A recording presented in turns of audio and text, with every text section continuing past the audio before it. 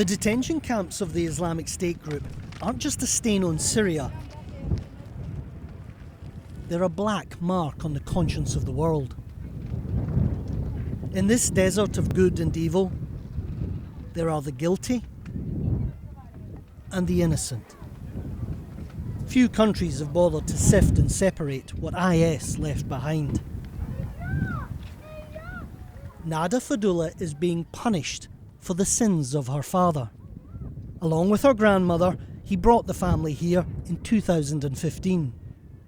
There's one person that's responsible for bringing you all the way here, for taking you out of school, from stopping you becoming a doctor. Mm-hmm. It's your father. Mm-hmm. Can you forgive your father? Yeah, because he's a human being, you know. Every human being can make a mistake. But he's already apologized to me about what he did. He apologized to me and tried to make everything better, but he can't do anything because he's in prison. It's the craziest thing that in my life, and I bring all my family to the Syria. Now in prison, Nada's father says he's full of regret. And then, in the beginning, everything is running, it's okay, yani. You must have seen the videos that the Islamic State put out.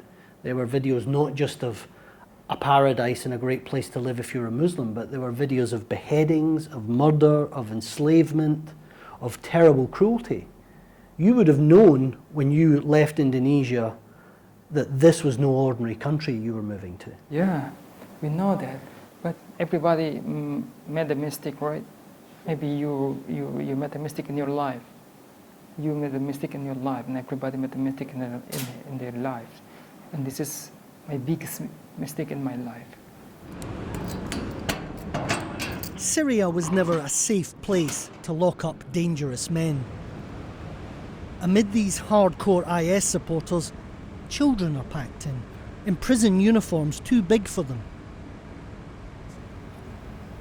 10,000 kids from 80 countries cling on here, betrayed by their parents, and their governments don't seem to care either.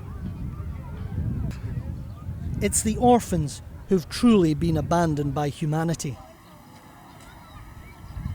Here we met Farouk, Yusuf and Nasser. Rocket attacks happened, and I don't know. I ran away and didn't see anyone from my family.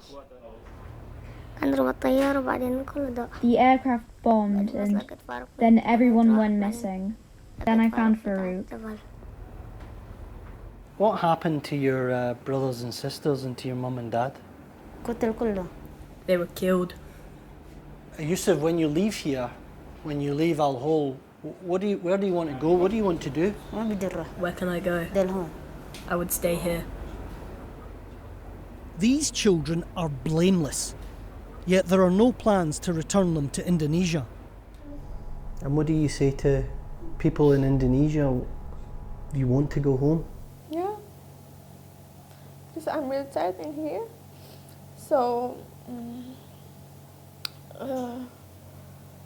we're thankful if there's people who want to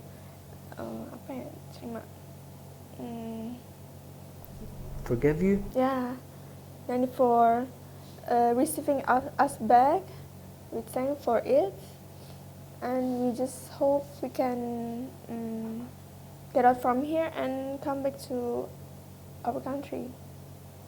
That. They are one family among many. A dilemma that stretches from here in Syria to countries half a world away. But should Nada be allowed home here to Jakarta? Similar questions are being asked by governments around the globe. Just who should they let back?